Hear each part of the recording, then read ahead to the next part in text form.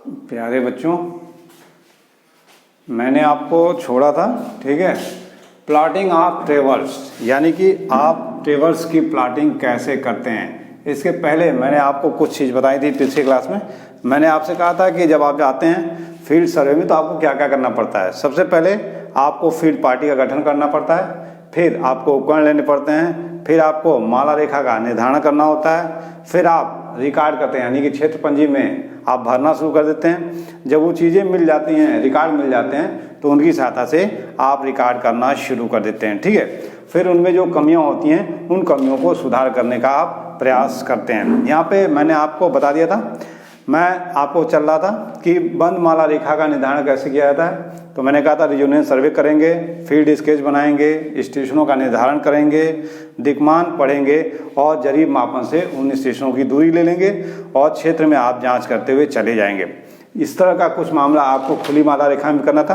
अब है कि जो आंकड़े मिले हैं उन आंकड़ों से आप कैसे करने का प्रयास करते हैं। तो सबसे पहले आपके पास है, ठीक है, ए पॉइंट आपके पास है प्लॉटिंग बाई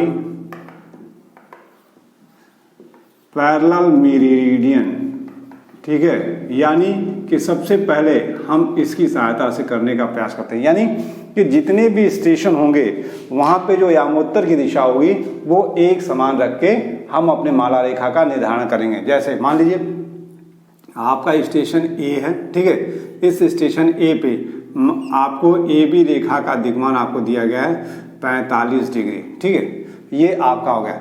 अब मान लीजिए आपके पास बी स्टेशन पहुंच रहे हैं, ठीक है, तो यहाँ पे आपने इसी के समांतर आपने इस यन को खींचा, ठीक है, और जो भी आपको दिया गया है, मान लीजिए आपको दिया गया है 120, ठीक है, तो आप पहुंच गए 120 डिग्री पे, ठीक है। फिर आप यहाँ जाइए स्टेशन सी पे, मान लीजिए यहाँ पे दिया है आपका 230, ठीक है, तो 230 डिग्री, ठीक है। अब आप आ गए डी पे, ठीक है, ये हो गया सी। अब सी पे मान लीजिए आपको दिया गया है आपको 290, ठीक है, तो ये 290 हो गया। इस तरह से आप, यानी कि यामोत्तर की दिशा प्रत्येक जगह जो आप यहाँ पे रखें, अगर आप ऐसे रखते हैं तो बी पे भी आपको ऐसे रखना होगा, सी पे भी ऐसे रखना होगा, डी पे भी आपको ऐसे ही रखना होगा। इस तरह से करते हुए आप अपनी माला रेखा को मिले हुए जो रिकॉर्ड्स हैं उनसे आप अपनी माला रेखा को पढ़ते हैं। अगर और पस दिक्मान में कोई अंतर नहीं है, ठीक है, तो ये लास्ट पॉइंट जो स्टेशन है डी इस ए पे मिल जाना चाहिए। अगर नहीं है, ठीक है, तो इसका मतलब कहीं ना कहीं या तो रेखाओं की लंबाइयों में जो हमने लिया है या दिक्मानों में कहीं ना कहीं हमने गलती की हुई है, ठीक है। तो लंबाई और दिक्मान में समंजन करते हुए हम अपनी माला रेखा को प्लॉट कर लेंगे।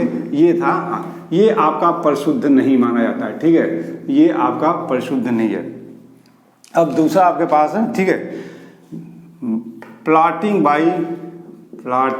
बाई आपको इंक्लूडेड एंगल, ठीक है, यानी कि इंक्लूडेड एंगल की सहायता से आप प्लॉट करने का प्रयास करते हैं, ठीक है। अब इसमें क्या करते हैं, अगर आपको माला रेखा के, ठीक है, आपके अग्र दिक्मान मिले हुए हैं, ठीक है, इस पे मैंने प्रॉब्लम भी आपको सॉल्व कराया बी, ठीक है।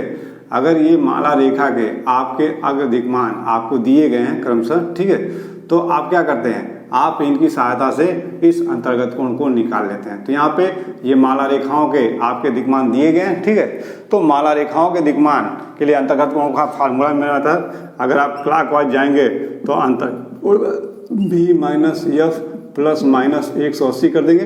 अगर ये माला रेखा ऐसे जा रही थी, अगर माला रेखा आपकी ए बी सी डी ऐसे जाती तो आपको अंतर्गत कोण बड़ा हो जाता है F minus B plus minus, यानी कि यहाँ पे सबसे पहले क्या करना होगा कि सबसे पहले आपको सभी अंतर्गत कोणों को निकालना होगा इनके दिए गए दिक्मानों की सहायता से, ठीक है। अब आप प्लॉट करने का प्रयास करते हैं। तो सबसे पहले आप क्या करेंगे कि आप यन फिक्स कर देंगे, ठीक है। यन के बाद पहली रेखा ए बी का अग्र दिक्मान लेके आप इसको प्लॉट कर देंगे, बी पे पहुंच जाएंगे, ये बी पे पहुंच गए, ठीक है। अब यहाँ पे इंक्लूडेड एंगल आपने निकाला है तो यहाँ प्रोटेक्टर यानी कि चाँदा रखेंगे और चाँदे की सहायता से आप स्टेशन सी पे पहुंच जाएंगे, ठीक है। फिर यहाँ पे आप चाँदा रखेंगे और फिर सी से डी पे पहुंच जाएंगे। रेखाओं की जो लंबाइयाँ हैं उन लंबाइयों को आप काटते हुए चले जाएंगे, ठीक है। फिर यहाँ पे आप डी पे पहुँचे, डी से आप चाँदा रखें, ठीक है, और चाँदे से जो आप इंक्लूडेड एंगल मिला हुआ है उस एंगल की सहायता से आप ए पे पहुँच जाते हैं, ठीक है। ये आपको इसमें ये अच्छे प्रोसेस है, लेकिन इसमें थोड़ा समय लगता है क्योंकि माला रेखाओं के प्लॉट के लिए आपको इंक्लूडेड एंगल पहले आपको निकालने होते हैं। फिर तीसरा आपके पास है प्लॉटिंग बाय सेंट्रल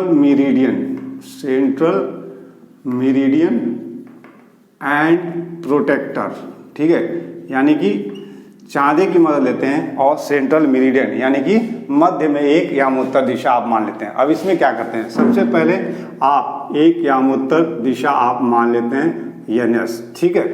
अब एनएस मानने के बाद इस पे कोई एक बिंदु ओ स्थापित करते हैं, यहाँ से, ठीक है, रेखाओं के ए बी सी डी और ई, ठीक है, इन रेखाओं के आप दिक्मान लेके, ठीक है, इनको प्रोटेक्टर की सहायता से आप इनकी दिशाओं को प्रदर्शित कर देते हैं।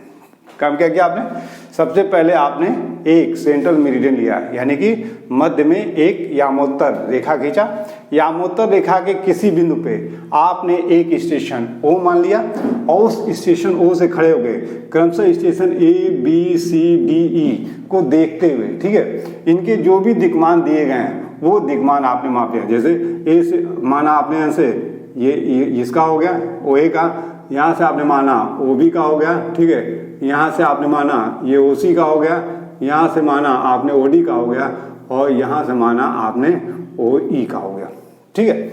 इस तरीके से आप इन बिंदुओं को क्षेत्र में, ठीक है, या मतलब अपने सीट पे स्थापित कर लेते हैं, ठीक है। क्लियर हो गया। अब आप क्या करते हैं, जैसे इस सीट पे आपने इन बिंदुओं की लाइनें खींच लिया, अब किसी एक बिंदु को आपने मान लिया, मान लीजिए ये स्टेशन आपका ए है, ठीक है, जहाँ से शुरू करना है। अब आप स्टेशन ए से, ठीक है, क्या करेंगे, स्टेशन ए से ओ बी के समांतर एक आप रेखा खींचेंगे। मान लीजिए ये आपका स्टेशन यहाँ पे ए है, ठीक है, यहाँ से आप करना क्या है कि ए बिंदु से आप शुरू करना है, तो सबसे पहले ओ बी की दिशा में आपने ओ बी की दिशा में खींच लिया और जो लेंथ था इनका, ठीक है, उसको लेके ए बी रेखा को आपने प्लॉट कर लिया। अब आप पहुंच गए बी पे, ठीक है।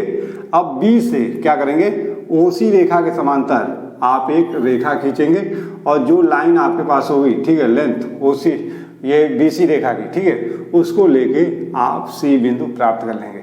अब सी से क्या करेंगे, ठीक है, ओ डी के समांतर, सी से ओ डी के समांतर आप एक रेखा खींचेंगे और इस पे जो सी डी की दूरी होगी, ठीक है, उस सी डी की दूरी लेके आप डी स्थापित कर लेंगे। अब जब आप डी पे पहुंच गए, ठीक है, तो अब ओ ई के समांतर डी से आप एक रेखा खींचेंगे और इस पे जो दूरी आपकी होगी उसको लेके आप ई बिंदु प्राप्त कर लेंगे। अब ई पे पहुंच गए, अब ओ ए बचा है, ओ ए के समांतर, ठीक है, आप एक रेखा खींचेंगे और जो लंबाई होगी, ठीक है, उस लंबाई को लेके प्राप्त कर देंगे। तो ये कहलाता है हमारा plotting by central meridian and आपका प्रोटेक्टर।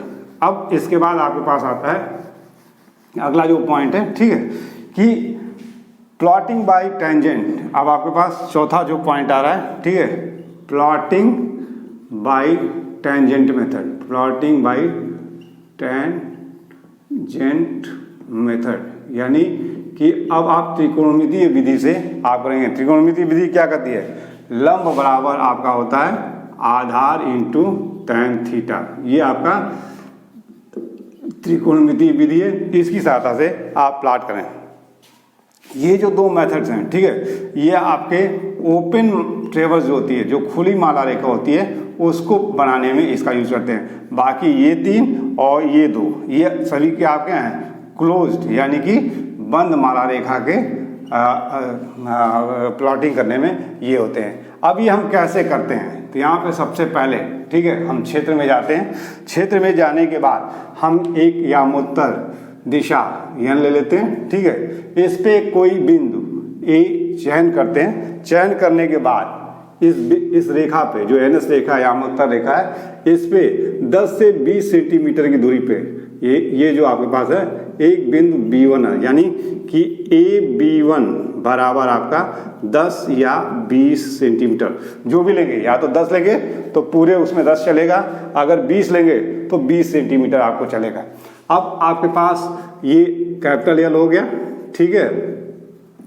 अब आपको क्या करना है, यहाँ से B1 से एक लंब आपको निकाल देना है और इस लंब पे आपको लिख देना है यल tan θ1 की दूरी आपको बोल। यल क्या है आपको, ये यल हो गया 10 या 20 सेंटीमीटर, ठीक है ये, और tan जो आपको ए बी रेखा का आपने जो दिक्मान लिया होगा, ठीक है, वो दिक्मान थे, मान लीजिए आपने ले लिया है 30 डिग्री, तो ये कुछ कैलकुलेशन आपके पास आ जाएगा, ठीक है। अब जो आ जाएगा, मान लीजिए आ गया ये 3 सेंटीमीटर, ठीक है, या 3 मीटर आ गया, तो आप यहाँ से 3 मीटर की दूरी पे हट के एक नया बिंदु आप B2 स्थापित कर लेंगे, ठीक है। इस A से इस B2 को मिलाते हुए आप आगे बढ़ा देंगे, ठीक है।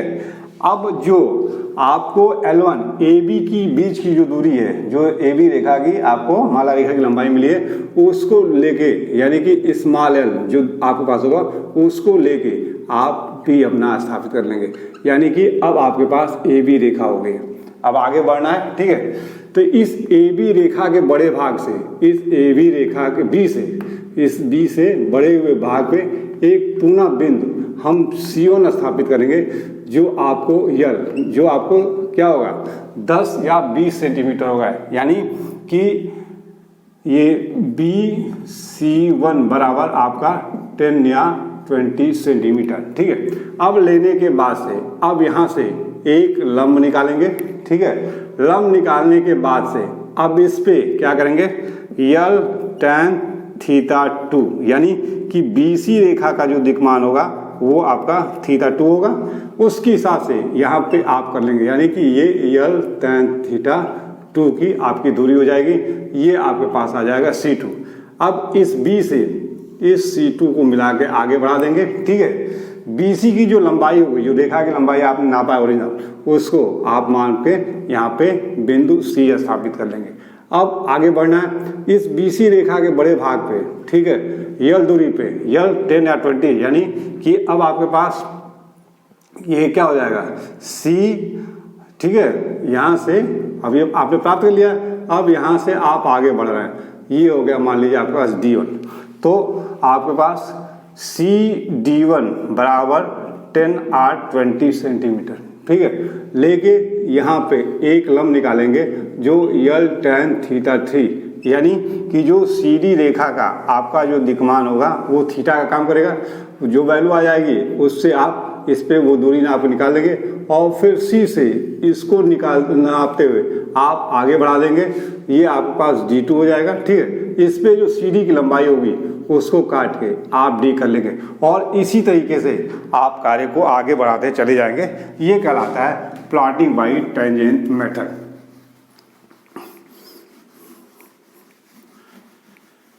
अब आपके पास आता है plotting by chord method. Plotting by chord method, ये एक आपकी ज्यामितीय विधि है, ठीक है। और इसका प्रयोग खुली माला रेखा में तो करते हैं, लेकिन किस में करते हैं, जब हमारे जो दिक्मान है रेखाओं के वो आरबी या क्वाड्रेंटल सिस्टम में, क्यूबिक सिस्टम में हमारे पास मिले होते हैं, ठीक है। यहाँ पे सेम चीज आपको करना है, ठीक है। आप एक रेखा NS तैयार करेंगे, इस पे कोई बिंदु आप स्टार्टिंग बिंदु A ले लेंगे, ठीक है। A लेने के बाद से यहाँ पे सेम चीज आपको करना है, आपको यल जो आपके पास क्या होगा 10 या 20, पूरे में 10 लेंगे तो पूरे में 10 चलेगा, 20 लेंगे तो पूरे में 20 लेंगे, आप एक बिंदु B1 स्थापित कर लेंगे, ठीक है। B1 स्थापित करने के बाद से अब यहाँ पे आप एक लंब निकालेंगे, ठीक है। लंब निकालने के बाद अब क्या करेंगे, यहाँ पे करना क्या है, आपको R बराबर, ठीक है, 2R sin 5/2, यानी कि जो आपको A B1 की दूरी है, ध्यान दीजिएगा, A B1 की दूरी है, ठीक है, फिर आपको प्राप्त करना है इस पे लंब पे, ठीक है, एक चाप काटना है, ठीक है। इससे आप निकालेंगे ये 2R का मतलब 2, ठीक है, और त्रिज्या इनटू आपको रेखा का अग्रदिक्मान, ठीक है, यानी का रेखा का अग्रदिक्मान का आपको 2, ठीक है। आर क्या है, ये आर हो गया 10 या 20 सेंटीमीटर, आर का मान क्या हो गया 10 या 20 सेंटीमीटर आपका आर मान हो गया। और थीटा क्या है, जो रेखा का आपने अग्रदिक्मान लिया हुआ है, ठीक है, वो आपका थीटा हो गया।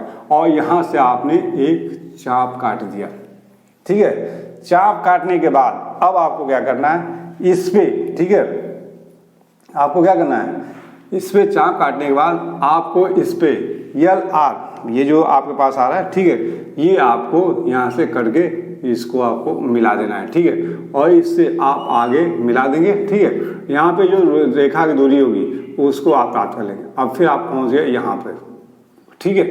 अब मान लीजिए वो आपका नीचे की तरफ जा रहा है, ठीक है, तो यहाँ से यल आप लेंगे, यहाँ से एक आप चाप काट लेंगे, यानी कि अगर वो तीसरे क्वाड्रेंट में है, ठीक है। चाप काटने के बाद से अब आप क्या करेंगे, इस पे आप एक लंब निकालेंगे, ठीक है, यहाँ से आप एक लंब निकालेंगे, ठीक है, जो इस चाप को कहीं आपको काटेगा। क्लियर हो रहा है? सबसे पहले आपने क्या किया, इस पे आपने 10 या 20 सेंटीमीटर की दूरी पर एक बिंदु आपने स्थापित कर लिया, ठीक है। अब यहाँ पे क्या करते हैं, ठीक है, कि जो बिंदु है, ठीक है, उस पे जीवा की लंबाई, ये आपकी जीवा कहलाती है, ठीक है, कार्ड, ठीक है, इसकी लंबाई के बराबर का आपको 2r sin φ 2 यानी 2, ठीक है, r 10 या 20 सेंटीमीटर और रेखा का जो अगर 20, 30, 40 जो मिला है डिवाइडेड बाई 2 करेंगे तो आपको वो लेंथ मिल जाता है। चूंकि दिशा आपकी इस साइड में, ठीक है, तो इस साइड में आपने कर लिया, करने के बाद से, ठीक है, यहाँ से आपने क्या किया, ये चाप आपने क्या किया है, यहाँ से ये 10 या 20 सेंटीमीटर चाप हटा है, लेकिन ये जो बिंदु मिल रहा है ये क्या मिल रहा है आपको, ये 2r sin φ 2 से मिल रहा है। तो जो मिल रहा है यहाँ केंद्र मानेंगे और यहाँ से आप मान के आप अपने उस बिंदु को, अगले बिंदु को स्थापित कर लेते हैं और फिर इसको मिला देते हैं, ठीक है। अब यहाँ पे जो रेखा की लंबाई होगी उस रेखा की लंबाई के हिसाब से ए बी आप प्राप्त करते हैं। अब मान लीजिए कि ये इधर है, ठीक है, तो सेम 10 से 20 सेंटीमीटर इस पाएंगे, यहाँ पे एक चाप काटेंगे, चाप काटने के बाद इस B2 बिंदु पे, ठीक है, आप आएंगे और यहाँ से 2r sin φ 2 का लेके आप काटेंगे, ठीक है, और फिर आप इसको इससे मिला देंगे, ठीक है। जब आप इसको मिला देंगे, ठीक है, तो यहाँ से आप क्या करेंगे, यहाँ पहुँच जाएंगे, ठीक है। अब ये दूरी आप लेके यहाँ पे क्या कर, ये हाँ यहाँ पे आपने किया, ठीक है, अब यहाँ पे करके ये आगे बढ़ेंगे और इसी तरह से प्रक्रिया को आप आगे बढ़ाते चले जाएंगे। ये कहलाता है कार्ड मेथड, यानी कि जीवा विधि द्वारा हम प्लॉट करने का प्रयास करते हैं।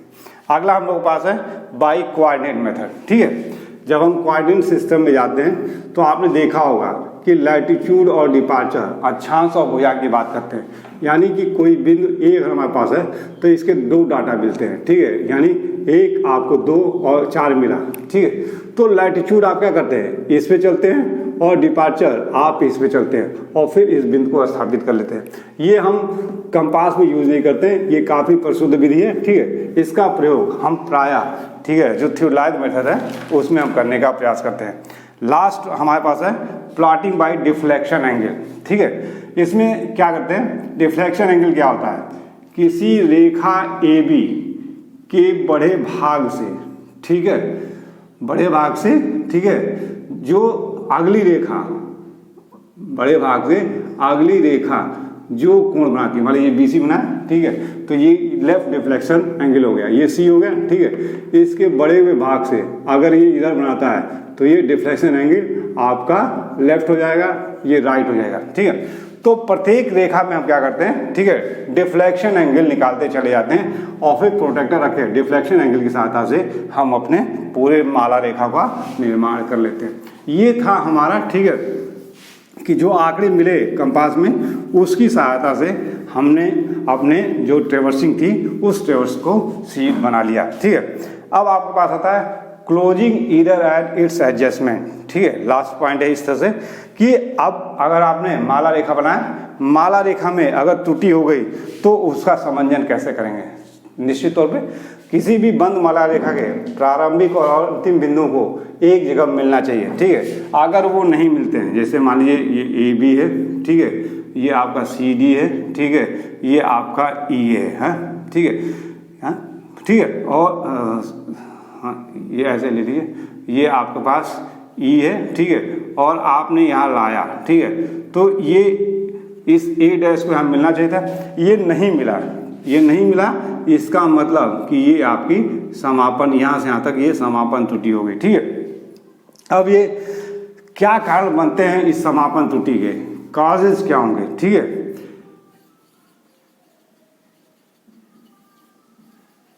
कॉजेज ऑफ क्लोजिंग एरर, यानी कि समापन त्रुटियों के क्या क्या कारण बनते हैं, ठीक है। जब माला रेखा की जो भुजा है, ठीक है, लंबाइयों को यानी कि लेंथ को आपने सही न मापा हो, ठीक है, सही न आपने मापा हो, ठीक है। दूसरा, दिक्मान यानी कि बियरिंग आपने सही न नापा हो, ठीक है, ये सही न मापा हो, पहला आपने लेंथ सही नहीं नापा हो, दूसरा रेखाओं के दिक्मान आपने नहीं किया है, और तीसरा, ठीक है, जब आप प्लॉटिंग कर रहे हैं तो उस समय आप शुद्धता नहीं दिखा रहे हैं, यानी कि प्लॉटिंग में शुद्धता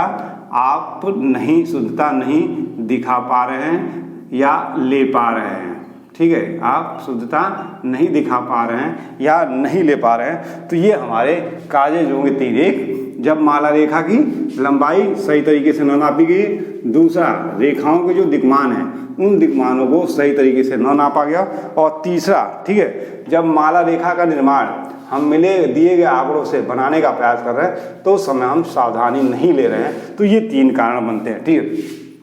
अब आपके पास आता है बैलेंसिंग ऑफ ट्रेवर्स, बैलेंसिंग ऑफ ट्रेवर्स, यानी कि आप माला रेखा का बैलेंस आप कैसे करेंगे, ठीक है।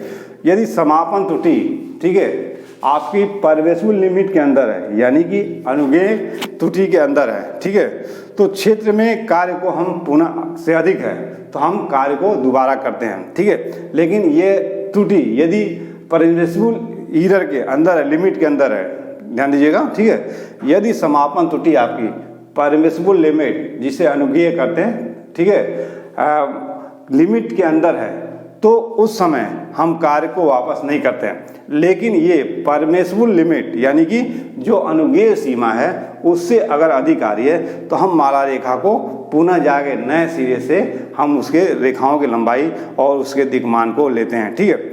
अगर माला रेखा के अनुज्ञेय सीमा के अंदर है, परमिसिबल लिमिट के हैं, तो जो त्रुटियां हैं उनको रेखाओं की लंबाइयों और उनके दिक्मानों में बराबर बराबर बांट के उसको समंजन करने का प्रयास करते हैं, ठीक है। अब आता है कि मेथड्स आपके पास, ठीक है, यानी कि methods of balancing, methods of balancing ट्रेवर्स, ठीक है, बैलेंसिंग ट्रेवर्स, क्लियर हो गया आपको, ठीक है। सबसे पहले आपने क्या किया, समापन त्रुटि क्या है, जब बंद माला रेखा का प्रारंभिक और अंतिम बिंदु एक स्थान पे नहीं मिलते हैं।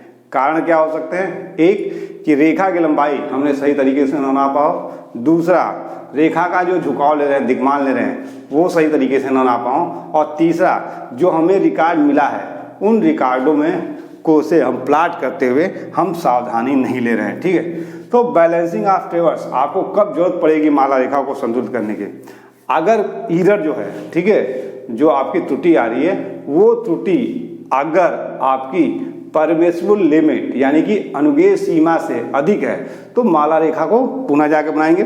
लेकिन अगर वो परमिसिबल लिमिट से कम है तो हम उसमें सुधार करने का प्रयास करेंगे, ठीक है। इसीलिए क्या करेंगे कि प्रत्येक भुजा की लंबाई में और उसके दिक्मानों में संशोधन करने का प्रयास करेंगे ताकि माला रेखा हमारी संतुलित हो जाए। अब आता है मेथड्स ऑफ बैलेंसिंग, यानी कि मेथड हैं, दो विधियां आपके पास हैं, ठीक है। एक हमारे पास है ग्राफिकल मेथड, ठीक है, जिसकी सहायता से हम इसको बैलेंस करने का प्रयास करते हैं, ठीक है।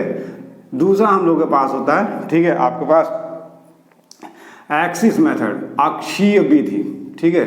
ये आपके पास एक ग्राफीय विधि है और एक आपके पास एक्सिस, ठीक है, यानी कि अक्षीय विधि। ग्राफीय विधि में जब हम करते हैं, ठीक है, जब इसको करते हैं, ठीक है, तो इसमें हम रेखा की लंबाई और दिक्मान दोनों में संयोजन करना पड़ता है, ठीक है। यानी कि इसमें दोनों में संयोजन करते हैं, एक कंडीशन हो सकी, दूसरा रेखा की लंबाई में हमको केवल संयोजन करना हो। दो कंडीशंस आती हैं हमारे पास ग्राफिकल मेथड में, ठीक है। पहला, जब हमको लेंथ यानी कि लंबाई एवं दिक्मान दोनों में संयोजन करना पड़ता है, ठीक है, दिक्मान दोनों में, ठीक है। और दूसरा हमारे पास आता है सिर्फ जब लंबाई में हमको संयोजन करना पड़ता है, ठीक है, ये आपके पास आता है, ठीक है।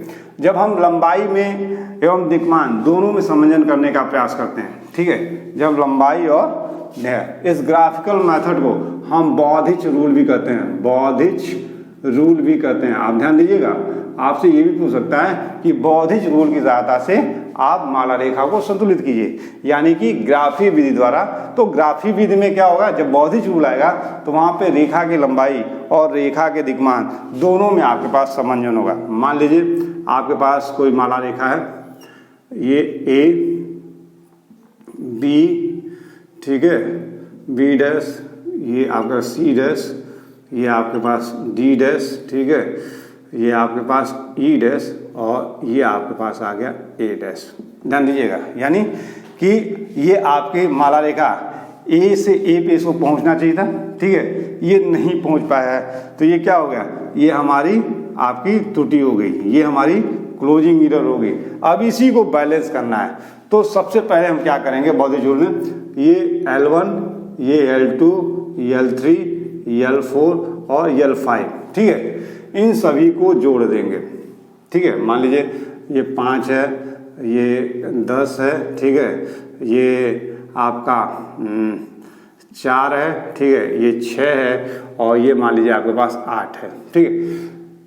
तो 5, 10, 15, 4, 19, 6 और प्लस 8, 6, 14, 4, 18, 10, 28, 5, 33 मीटर अगर मान लीजिए आपके पास आ गया, ठीक है। तो सबसे पहले आप क्या करेंगे, स्केल पे जाके आप 33 मीटर इसको ए आप मानेंगे, ठीक है, और इसको आप ए डैश मानेंगे, यानी कि जो परिसीमा की वास्तविक लंबाई है उसको क्या करेंगे, इस 33 मीटर को इस स्केल पे कन्वर्ट करके एक सीधी रेखा खींच लेंगे, ठीक है। सीधी रेखा खींचने के बाद अब स्केल के अनुसार ही इस पे, ठीक है, ये 5 है तो बी डैश यहाँ कहीं होगा, ठीक है, आपका बी डैश, आपका सी डैश 10 है तो यहाँ पे सी डैश होगा, ठीक है, डी डैश आपका 4 है तो डी डैश ये हो गया, ई आपका 6 है तो ये आपका ई डैश हो गया, ठीक है। और लास्ट में आपका क्या हो गया, आपका ये दूरी आपके पास मिल गई, यानी कि लास्ट जो 8 था वहाँ पे मिल गया।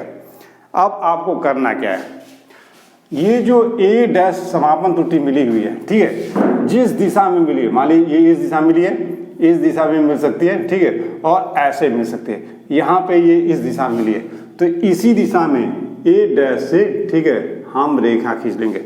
अगर इस दिशा में होती तो हम इसको ऐसे खींचते, पहले का ये किया आपने, दूसरे के लिए आपने ये किया, अब हम पहले पे चलते, आपको क्लियर हो गया, ठीक है। आप क्या करेंगे, जो एरर की दिशा होगी उस एरर की दिशा में एक लाइन खींच देंगे, और ये जितनी वास्तविक दूरी होगी रियल, ठीक है, अगर मान लीजिए ये आप स्केल पे लेते हैं और 2 सेंटीमीटर आता है तो आप यहाँ पे 2 सेंटीमीटर लेके ए डैश आप स्थापित कर लेंगे, ठीक है।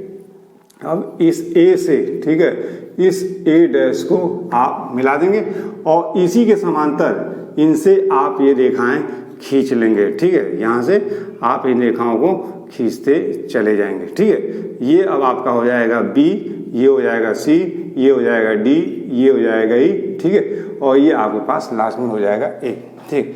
अब आपको करना क्या है, ठीक है, अब ए पे तो कोई आपका त्रुटि है नहीं, ठीक है, बी पे आपको है, हाँ, तो बी पे देखिए कितना है, बी पे आपको जिस दिशा में, इस दिशा में, ठीक है, यह जितनी दूरी ये अब मिल रही है उतनी दूरी लेके आपने बी स्थापित कर लिया। आप सी पे गए, ठीक है, सी पे भी आप गए, सी पे जो दूरी मिल रही है उसको कर लिया आपने, डी पे गए, जितनी मिल रही वो आपने करके डी स्थापित कर दिया, ई गए, ठीक है, तो ई पे गए आप करके आपने स्थापित कर लिया ई को। अब आप इसको ए बी सी डी ई और इसको मिलाएंगे तो ये आपकी वास्तविक माला रेखा आपके सामने, ये सामने आपके आगे, और ये कहलाता है आपका बौद्धिक रूल। ठीक है, इसकी सहायता से आप इसको करने का प्रयास करते हैं। दूसरा है, ठीक है, जब आपको केवल रेखाओं की लंबाइयों में आपको समंजन करना हो। ठीक है, ये ग्राफिकल मेथड में। दूसरा जब है, ठीक है, जब आपको क्या करते हैं, रेखा की लंबाइयों में आपको समंजन करना हो। तो मान लीजिए आपके पास ये कोई माला रेखा ए है, ठीक है, आपके पास ए डैश है, फिर आपके पास कोई ये बी डैश है, ये कोई सी डैश है, ये आपके पास कोई डी डैश है, ठीक है, ये कोई आपके पास ई डैश है। ठीक है, और जब आप आ रहे हैं यहाँ पे, ठीक है, ये आपने यहाँ से स्टार्ट किया था, ये ए डैश था। ठीक है, यहाँ पे जब आप आ रहे हैं यहाँ पे, ठीक है, तो ये आपके पास हो जा रहा है ए डबल डैश, यानी कि फिर ये आपके दोनों एक दूसरे से नहीं मिल रहे हैं। तो अब आपको करना क्या है, इस ए डैश को, इस ए डैश को मिलाते हुए एक सीधी रेखा में आप आगे बढ़ा देंगे। ठीक है, आपने क्या किया, ये जो इरर था, ठीक है, ये आपको अगर नहीं क्लियर होता फिर मैं एक बार आपको बताऊं। ठीक है, आपने प्लॉट किया नक्शे को, ठीक है, ये आपको जो माला रेखा आपने बनाया ये आपके पास आ गया। आपका लास्ट बिंदु मान लीजिए ये आपका ए डबल डैश यहाँ पे आ गया, तो ये आपका इरर हो गया। हाँ, अब इन दोनों को मिलाइए और मिलाते हुए आगे बढ़ा दीजिए। ठीक है, आपको क्या करना है, ये जो इरर है आपको, ये जो क्लोजिंग इरर आपको मिला है, ठीक है, इसी को आपको ख़त्म करना है लंबाइयों में। तो इस क्लोजिंग इरर को मिलाते हुए आप आगे बढ़ा दीजिए और माला रेखा का जो अंतिम भाग है, ठीक है, उसको आप आगे बढ़ा दीजिए, यानी कि डी डबल डैश ई डैश को आप आगे बढ़ा दीजिए। आपको यहाँ पे मिल जाएगा एक बिंदु ओ। ठीक है, अब ओ से सभी को मिला दीजिए, ओ से ए डैश मिला हुआ है, ओ से आप बी डैश को मिला दीजिए, ओ से आप सी डैश को मिला दीजिए, ये आपका सी डैश मिल गया। ठीक है, और ये ऑलरेडी आपको मिला हुआ है। अब आपको क्या करना है, ये जो आपका क्लोजिंग इरर है, ठीक है, इस ए डैश और ए डबल डैश का आधा कीजिए। अगर मान लीजिए ये आपके पास 2 सेंटीमीटर है, ए डैश ए डबल डैश बराबर 2 सेंटीमीटर, तो 2 डिवाइडेड बाई 2 कर दीजिए 1, यानी कि अर्धक कर दीजिए। अर्धक करके आप बिंदु ए को यहाँ पे प्राप्त कर लीजिए, ये बिंदु ए प्राप्त कर लीजिए। ठीक है, अब इस ए से इस ओ बी के, ठीक है, इस ए से इस ए डैश बी के समांतर एक रेखा खींचिए। ठीक है, जो ओ से निकली गई बी रेखा को कहीं काटेगी, जहाँ काटेगी वही आपका बी हो जाएगा। अब इस बी समांतर एक रेखा खींचेंगे जो ओ सी डबल डैश को कहीं काटेगी, वो हो जाएगा हमारा सी। ठीक है, अब हम क्या करेंगे कि इस सी से, ठीक है, इस सी डैश डी डैश के समांतर एक रेखा खींचेंगे। ठीक है, जो हमारी डी रेखा को कहीं काटेगी, ये हो जाएगा हमारा डी। ठीक है, अब क्या करेंगे, अब हमको क्या करना है कि इस ई डैश ए डैश के, ठीक है, समांतर एक रेखा खींचना है। ठीक है, जो आपको मिल जाएगी। तो हमारे पास अब माला रेखा क्या बन गई, हमारी ओरिजिनल माला रेखा हम लोगों के पास आ गई। ठीक है, सॉरी, ये यहाँ से आपने खींचा होगा ना, ये आपका था, ये हो गया, ये कटा। ठीक है, ये इसको काटा। ठीक है, फिर ये यहाँ काटा और फिर इसने यहाँ काटा। ठीक है, तो ये जो माला रेखा अब हमारे सामने बनी है, ये हमारी वास्तविक माला रेखा है जो हमारे उसमें आ गई थी उस तरीके से। ठीक है, ये थे आपके मेथड ऑफ बैलेंसिंग। ठीक है, अब आपके पास आता है, ठीक है, एडजस्टमेंट ऑफ बियरिंग, यानी कि दिक्मानों का समंजन आप कैसे करेंगे। ठीक है, एडजस्टमेंट ऑफ बियरिंग, यानी कि आपको जो दिक्मान है उनका समंजन आप कैसे करेंगे। ठीक है, आप जानते हैं बंद माला रेखा में समापन त्रुटि कैसे आती है, अंतिम रेखा और का अग्र दिक्मान, ठीक है, एवं पश्च दिक्मानों का अंतर आपका निकाला जाता है। ठीक है, निकालने से क्या होगा, वो अंतर अगर 180 किसी रेखा के अग्र और पश्च दिक्मान में अंतर अगर 180 से कम है, ठीक है, तो वो माला रेखा आपकी ग्रसित है, ठीक है, यानी कि उसमें कोणीय त्रुटि है, ठीक है। मान लीजिए वह कोणीय त्रुटि आपके पास ही है, ठीक है, बंद माला रेखे दिक्मानों की समापन त्रुटि आप निकालने जा रहे हैं, तो अंतिम रेखा के अग्र और पश्च दिक्मान का अंतर देखेंगे। अगर वो अंतर 180 है तो इसका मतलब आपको कोई समंजन नहीं करना है। अगर वो अंतर 180 से कम है तो वही अंतर आपका कोणीय त्रुटि यानी कि ई कहलाता है, ठीक है। मान लीजिए माला रेखा में समापन त्रुटि आपके पास क्लोजिंग ईरर आपके पास पूरी माला रेखा में ई है, ठीक है। तो कैसे इसे समंजित करेंगे? तो पहले आप प्रथम रेखा में करेंगे, ठीक है। यन आपका नंबर ऑफ यन जो है आपके पास नंबर ऑफ साइड्स हैं यानी कि भुजाएं हैं, ठीक है। तो प्रथम रेखा में आप समंजन कर रहे हैं, प्रथम रेखा का समंजन बराबर आपके पास हो जाएगा, ठीक है, E/N, ठीक है। इसी प्रकार द्वितीय रेखा में आप जा रहे हैं, ठीक है, तो द्वितीय रेखा का समंजन बराबर आपके पास हो जाएगा 2E/N। तृतीय में जा रहे हैं यानी कि तीसरे में जा रहे हैं तो ये आपके पास हो जाएगा 3E/N। और लास्ट यानी कि अंतिम मतलब अंतिम रेखा में जा रहे हैं, अंतिम रेखा का हो जाएगा NE/N। तो ये आपका कट जाएगा और आपकी माला रेखा यहाँ पे बैलेंस हो जाएगी। ये करते हैं हम कोणीय में आप करने का प्रयास, ठीक है। अब आपके पास अगला पॉइंट है, ठीक है, precautions in using compass. Precautions in using the compass, ठीक है, यानी कि जब आप कंपास को यूज करते हैं, दिक्सूचक को यूज करने का प्रयास करते हैं, तो उसमें आपको कौन कौन सी सावधानियां लेनी पड़ती हैं, ठीक है, जिससे कि आपका जो माला रेखा हो, ठीक है, वो सही तरीके से आपके सामने आ जाए। तो सबसे पहले, ठीक है, हम जब भी कंपास को लेके जाएंगे तो उसके अस्थाई समंजन कार्य शुरू करने से पहले उसके जो अस्थाई समंजन है, परमानेंट एडजस्टमेंट, उन एडजस्टमेंट्स को देख लेंगे। उन एडजस्टमेंट में क्या है, नीडल कहीं हमारे कंपास से फंस तो नहीं रही है, दूसरा कीलक कहीं कुंद तो नहीं पड़ गया है, तीसरा आई बेन और ऑब्जेक्ट बेन में समंजन तो गड़बड़ नहीं हो जाएगा, ठीक है। यही उसके अस्थाई समंजन है, उनको कर लेंगे। दूसरी बात, प्रत्येक स्थापन पे, ठीक है, जहाँ जहाँ हम कंपास स्थापित करते जाएंगे वहाँ पे उनका टेम्पोररी एडजस्टमेंट करेंगे। ये टेम्पोररी एडजस्टमेंट क्या था आपका, सेंटरिंग था, ठीक है, यानी कि केंद्रण था। दूसरा आपको लेवलिंग था और पाठ्यांक पढ़ने के लिए तीसरा आपको फोक्शन ऑफ प्रिज्म था, फोक्शन ऑफ प्रिज्म, यानी कि जो प्रिज्म लगा है उसको आपको ऊपर नीचे करके आपको करना होता है, ठीक है। ये आपने कर लिया, ठीक है। पहले आपने उसके परमानेंट एडजस्टमेंट को देख लिया, उसमें तो कोई गड़बड़ नहीं है, चलिए नहीं है, आप काम के लिए गए। प्रत्येक स्टेशन पे आप कंपास को स्थापित करेंगे तो वहाँ पे अस्थायी समंजन 3 centring levelling and focusing of prism आप करेंगे, ठीक है। अब आप प्रत्येक रेखा के अग्र और पश्च दिक्मान लेना शुरू कर देते हैं, ठीक है। फार बेयरिंग एंड बैक बेयरिंग प्रत्येक रेखा का लेंगे ताकि आप पता कर सकें, ठीक है, कि कहीं इसके अंदर आकर्षण तो नहीं है, कहीं त्रुटि तो नहीं हो रही है, हम, ठीक है। इससे क्या हुआ, जब फार और बैक बेयरिंग का डिफरेंस 180 से कम या अधिक आ जाएगा तो आप क्या जानेंगे कि यहाँ पे आपको त्रुटि चल गई है, तो उसका आप पता लगा लेंगे।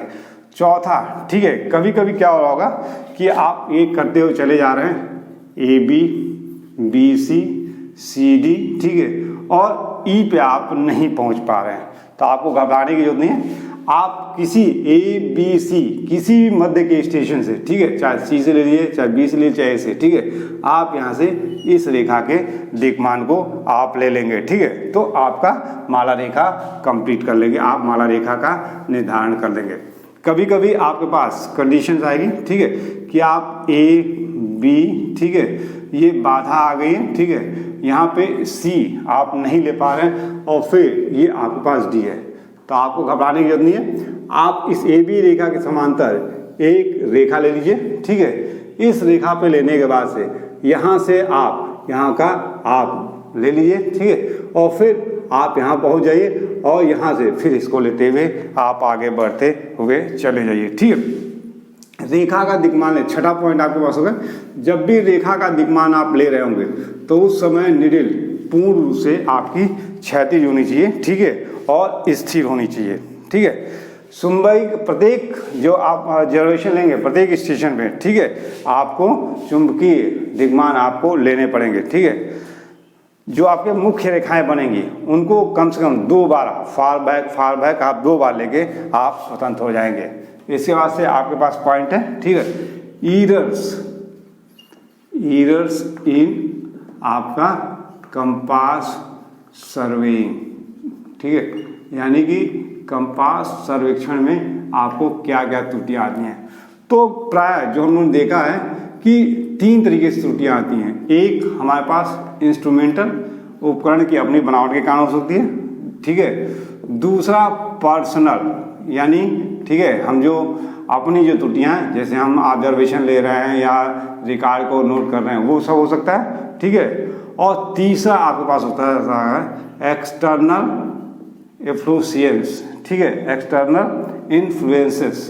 ठीक है, यानी कि आप जहाँ जा रहे हैं वहाँ पे आपको बाहरी बाधाएं, इलेक्ट्रिक वायर मिल गया या रेल की पटरियाँ मिल गई, ठीक है, या आपके पास घड़ी, ये सब चीज़ें आपके पास होती हैं। तो ये 3 चीज़ों पे आपको ध्यान होगा। ठीक है, इंस्ट्रूमेंटल में क्या हो सकता है, सबसे पहले जो कीलक होगा, ठीक है, पीवट आपका नुकीला न हो। ठीक है, दूसरा पीवट आपका क्या हो, नुकीला ना हो, रह गया हो।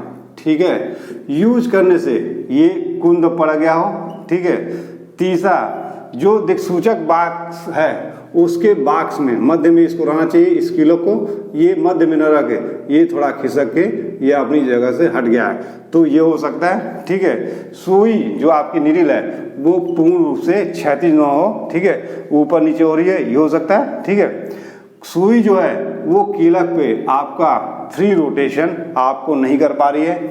आई बेन और ऑब्जेक्ट बेन एक दूसरे के ठीक सामने ना हो। ठीक है, ऑब्जेक्ट बेन में लगा हुआ क्रस्टतंत्र, ये जो ऑब्जेक्ट बेन है इसमें आपने एक धागा लगाया, ये धागा आपका ढीला पड़ गया है, ये हो सकता है। अशांकित चक्री पे जो अंशांकन किया गया है वो अंशांकन आपका अस्पष्ट है। ठीक है, यानी कि ये अंशांकन सही तरीके से न किया गया हो। ठीक है, और लास्ट में आपका चुंबकीय सुई है। ठीक है, तो चुंबकीय सुई के अपना चुंबकत्व का गुण अच्छा ना हो। ठीक है, दूसरा पॉइंट है पर्सनल क्या हो सकता है। ठीक है, ये हमारी अपनी कमियों की वजह से हो सकता है, जैसे दिक्सूचक का हमने समतलन लेवलिंग नहीं किया या केंद्रण नहीं किया। ठीक है, या कंपास को पूर्ण रूप से पहला आपने क्या नहीं है, समतलन नहीं ठीक किया, दूसरा आपने लेवलिंग ठीक नहीं किया, तीसरा आपने दिक्सूचक को पूर्ण रूप से क्षैतिज नहीं किया। ठीक है, लक्ष्य भेदन आपने शुद्धता से नहीं किया। अशांकित चक्री पे जो पाठ्यांक पढ़े गए हैं उन पाठ्यांकों को पढ़ने में आपने कमी दिखाई, यानी कि आपने गलत पढ़ लिया। ठीक है, दिक्सूचक का फोक्शन आपने सही ढंग से नहीं किया, यानी कि अशांकित चक्री में जो आपको फोक्शन प्रिज्म है उसको ऊपर नीचे नहीं किया। क्षेत्रपंजी में जो मैंने बोला आपको 30 डिग्री 20 मिनट और आपने लिख दिया 30 डिग्री। ठीक है, तो ये हो सकता है, और दिक्सूचक में प्रयोग असावधानियां कर रहे होंगे। तीसरा है एक्सटर्नल इन्फ्लुएंस, क्या हो सकता है। ठीक है, ये आपको मैंने पहले कहा कि जहां आप खड़े हैं उसके आसपास अगर लोहे की कोई भी चीज आपके सामने आ रही होगी तो क्या रहा होगा, वो निश्चित तौर पे आपके नीडल को डिफ्लेक्ट करेगा। या आपका हाथ में घड़ी हो, घड़ी का फीता आपका लोहे का हो, लोहे की चिमनी हो, रेल पट्टी हो, ऊपर से इलेक्ट्रिक वायर गुजर रहे हो, या बगल में लोहे का खंभा हो। ठीक है, दूसरा वातावरण में अचानक तूफान और बादल आ रहे हो। ठीक है, तूफान के कारण बादलों का जो आपका चुंबकीय परिवर्तन हो रहा है उस चुंबकीय परिवर्तन का असर पड़ जा रहा हो। तीसरा, ठीक है, चुंबकीय दिक्पात में विचरण हो रहा हो। ठीक है, यानी कि जो हमने विचरण कहा था ना कि 24 घंटे में होता है, साल भर में होता है, फिर सेकुलर होता है। दो प्राकृतिक और कृत्रिम मैंने बताया था। प्राकृतिक में मैंने आपको क्या बताया था, प्राकृतिक में मैंने बताया था चुंबकीय चट्टान हो, ठीक है, आपका आसपास में, ठीक है, मैग्नेटिज्म फील्ड हो, और जो आपके कृत्रिम थे वो क्या थे, रेल की पटरी हो, आपका इलेक्ट्रिक वायर गुजर रहा हो, आपके हाथ में पंजा, आपके हाथ घड़ी जो आपने रिस्ट वॉच पहना है उसमें इस्पात का कोई घटक हो, या कोई आपके शर्ट वर्ट में इस्पात का कोई बटन हो, तो ये सब हो सकते हैं। Degree of accuracy in compass survey, degree of accuracy, ठीक है, एक्यूरेसी इन कंपास सर्वे, ठीक है, यानी कि कंपास सर्वे में आप कितनी एक्यूरेसी तक का काम आप ले सकते हैं, ठीक है। क्योंकि इसमें दोनों माप लिए जाते हैं, रैखिक भी लिए जाते हैं और लीनियर भी लिए जाते हैं, ठीक है। तो इनमें आपको रैखिक माप में ये निर्भर करेगा, ठीक है, ये उपकरण की अपनी शुद्धता पे और जो सर्वेक्षक है वो कितना परिपूर्ण है, इन दोनों पे ये निर्भर करेगा, ठीक है। यानी तो इसके लिए आपको रैखिक मान के लिए अगर लीनियर एरर आप खोज रहे हैं, ठीक है, लीनियर मेजरमेंट के लिए आपको 1/300 से लेके, ठीक है, 1/600 तक आपकी परिशुद्धता मिल सकती है, ठीक है। एंगुलर मेजरमेंट में आपको 15 minute under yes, where yes is number of sides, ठीक है।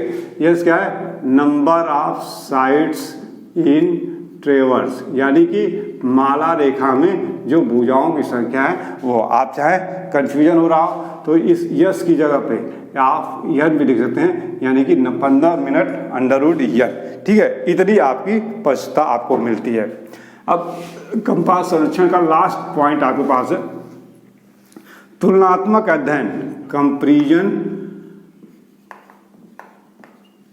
Comparison between chain and compass सर्वेक्षण, ठीक है। यानी कि आपको जरीब सर्वेक्षण और कंपास सर्वेक्षण में आपको तुलना करना हो तो क्या हो, सबसे पहले हम मापन की बात करें, यानी कि मेजरमेंट की बात करें, ठीक है। तो ये आपका चेन है, ठीक है, और ये आपका कंपास है, ठीक है।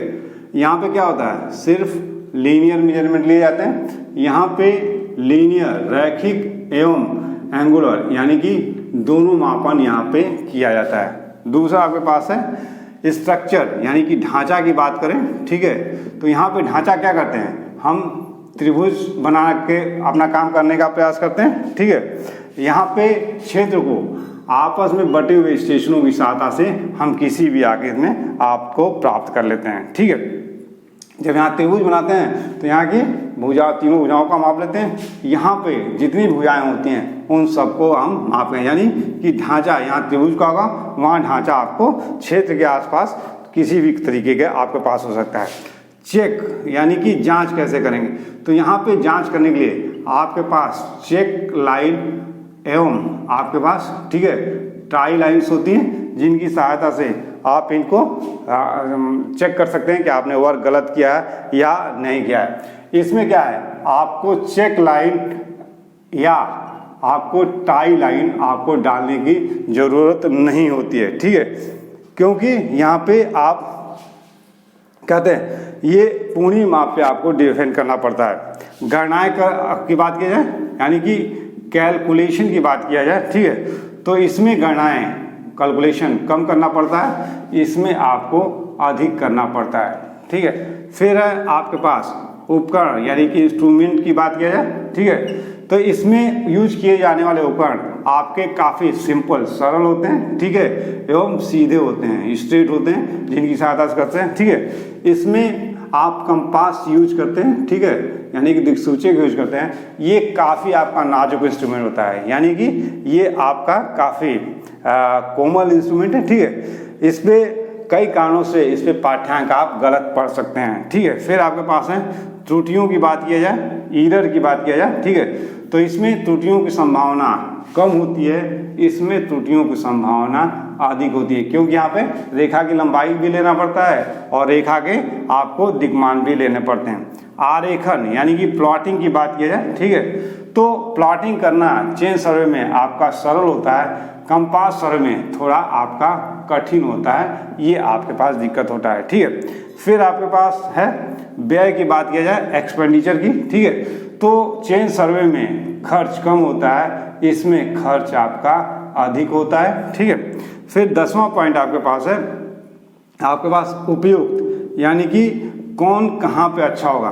तो ये आपको समतल क्षेत्र हो, ठीक है, आपका छोटा क्षेत्र हो, ठीक है, वहाँ पे ये आपका ज़्यादा असर पड़ता है, अच्छा होता है, कम उबड़ खाबड़। ये अधिक क्षेत्र, अधिक बड़े क्षेत्र के लिए, ठीक है, कैसी भी ज़मीन है वहाँ पे आप वो कर सकते हैं। अगर हम पॉइंट प्रिसीजन यानी कि परिशुद्धता की बात की जाए, ठीक है, तो ये जो आपका चेन सर्वे होता है ये आपका कम परिशुद्ध होता है। ठीक है, यानी कि इसमें परिशुद्धता आपको कम मिलती है, ठीक है, और इसमें परिशुद्धता आपकी अधिक मिलती है। ठीक है, अब इसके साथ ये आपका कंपास सर्वेक्षण आपका खत्म हो गया।